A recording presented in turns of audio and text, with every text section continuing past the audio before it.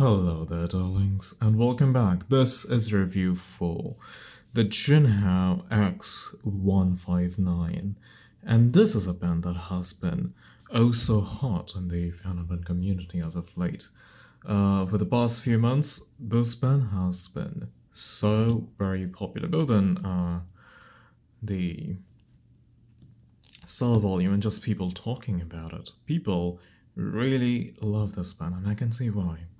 This was a revision to the 159 without the X, and this was already a close replica copy inspired Mont Blanc 149-esque pen.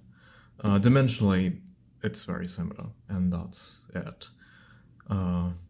You can cry about it if you want, and a lot of people like to, but hey, this video is not about that. So, they made quite a few bit of changes, and some are really good, and some are not as much, and I'll be talking about all of those things in this video. So, let's talk about the visual differences, I guess. Visually, you can already tell this one is a lot worn out. This was metal with enamel coating on it, and it has seen better days, but hey, it was a well-loved pen. It is a well-loved pen. And this one, they decided to make it plastic, and as a result, it is much lighter. There are differences in the clip as well. This one had this weird, I don't know, shield-esque thing on it, so they decided to just remove that. And I think they did the finish on the new model better as well. And the Jinhao liner thing is a lot trimmer, and I like this one better. I think it looks, I don't know, cleaner and more appealing to my eyes, I think. It has also increased in the number of turns it takes to open, which is, oh my god, such a big crime. Like, no pen should take more than a single turn to open. Look at this one, right? Less than a turn, and it's opened.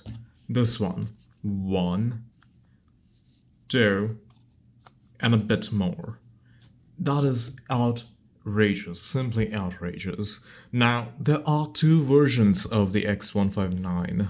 The earlier batch, which had silver trims, actually took like 3 turns to open, and the one with the gold trim are a little more expensive as well, and they take like a bit, 2 and a bit turns to open. So they are, I don't know, decreasing the number of turns it takes with future iterations. I hope they make it to this, so it takes around a turn or less to open eventually. Now, as I talked about, this pen is much lighter, but that's not saying that it is a light pen. Like, if you pick it up, you would immediately go that, hey, this is a very light, hollow feeling pen. It's not the case at all. It feels very substantial in hand. But if you compare it to the original, it is way lighter. And I'll just put it out there. I prefer the weight on the original. That's just my preference. I prefer just heavier pens because my hand feels better that way. I don't know what it is, but the original, even though it is back-weighted a bit, I find it very comfortable to just write with. It feels very comfortable because, well, it rests nicely, like, down right there. It rests nicely down there, and I don't have to put a lot of pressure onto the paper, and yeah, it just glides right through, and my hands can handle the weight. I know a lot of people just cannot find it comfortable. So, if you are one of those people, you'll like the weight decrease here, certainly. This one is dimensionally practically the same. There are a few changes, like the threads obviously are a bit finer because they just take more turned to open, and the grip section is entirely plastic, as opposed in the original where there was a little metal ring at the end. Here, that one is entirely plastic. And I guess the biggest change that everyone talks about is the number 8 size nib. This is a nice duotone nib with the Jinhao logo, and it says fine. And yeah, it is a big nib if you compare it side by side. Certainly bigger. But even more surprising than that, to me personally, was the feed. Look at this thing, like, really, look at that feed. The feed surprised me more than the actual nib did. I don't know why, but I just wasn't expecting the feed to be that big, and it really just shocked me when I saw it. And I love the feed more than I love the nib, the size of the nib, I mean. And hey, you can have your own view on whether nib sizes matter. To me, it does. I certainly like bigger nibs, and this is a big nib. And I think it just suits this pen. Like, yeah, I can definitely see this nib suiting the pen aesthetically better than this nib did. I mean, they were a bit just different distances away from the camera, so they looked kind of similar in the size, whatever. So, bottom line is, this is a big nib. It's almost the size of the brain of an anti-vaxxer, and for a fan of a nib, you know, that's plenty good. Let's just start writing with it. I'll talk more about it as I go through this. So this is a Jinhao x159 and 5. And fine, I don't know why I said 5. It is 3 a.m., please don't mind me.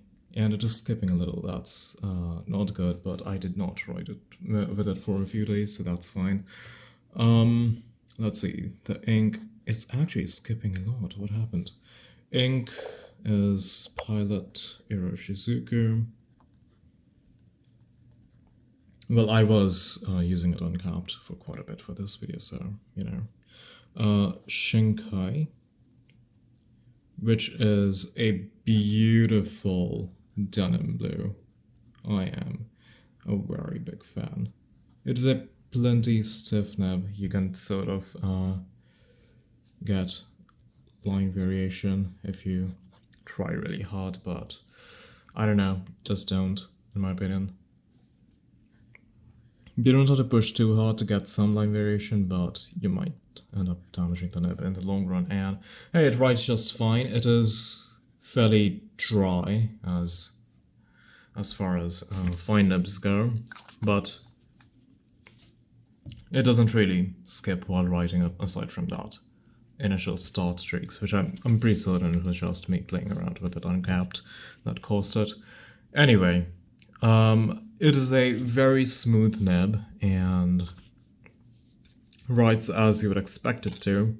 The number 8 nib doesn't feel differently on page, but it certainly looks good. And hey, what else do you really want from a nib, right? It needs to look good and it needs to write good, and it does both of these things. So that's a pass on my book. So, what other differences are there from the original? Not a whole lot. The clip material, as I said, feels much better from the original, and other than that, there is not a whole lot different. I guess I can show you the inner workings. Just a standard Jinhao converter in this nice metal section that a lot of new Jinhao pens are using, and the body has plastic threads, so that's metal on plastic, but that's fine, really. It doesn't matter too much, and it has a O-ring at the end to nicely seal it, and yeah. Overall, this is a beautifully built pen, in my opinion, and Do I like it more than the original? That is a very, very difficult question. I really love my 159, and this pen is a special part of my collection, especially because, well, this is the heaviest pen I have, and I really like it, mostly because of that, but also just because it suits my hand so well. This is really a good dimension for a pen to be. I can see that why the Mont Blanc 149 is super popular, even though I don't usually like such pen shapes, but hey, it works, right? And yeah, so I guess we can draw conclusions at this point. I really like this pen, maybe not much as its predecessor, but I wouldn't be that sad if this just stopped being produced. I have no idea if it is actually being stopped being produced, but I hope it isn't, but if it was, I wouldn't be too sad. So, I guess it is rating time. I'll give it a 4+. I'm not giving it a full 5 because, well, that thread issue. It should not take more than 1 turn, and until they fix that in future iterations, it's gonna be a 4+ for me. 4 is basically means it is very, very good, and the plus indicates that it is better than others in its price range. And this one costed me around 550 rupees here in India, which I'm not sure about the exact conversion rates, but it's around 7.5, I'd assume, US dollars. So, pretty standard price for it, unless you're getting it out of AliExpress, I guess, but AliExpress is banned here in India, so that's the price I got it for. Now, after this is done, I just want to discuss something about Jinhao's trend of making, well, copies or designs inspired by other pens. And yes, this one is fairly popular, and so is the Jinhao 80, which is a Lamy 2000-esque looking pen. Now, I'm gonna just talk to Jinhao here. I know Jinhao is not listening to this video, probably, but hey, in the very, very rare case that Jinhao is listening, hey, Jinhao, listen. This is a fine pen. This is a fine pen, but you know what would be better? Make a Visconti Homo sapiens-esque pen. Give it a 6 nib or a number 8 nib, it doesn't matter. What matters is that body design. I love it. It is so great. And I'm sure a lot of you guys do as well. Make one, make it fairly inexpensive like these pens, and hey, we'll get a better nib out of the box, so it's a win all fucking around. So, with that, I'll see you in the next video, guys.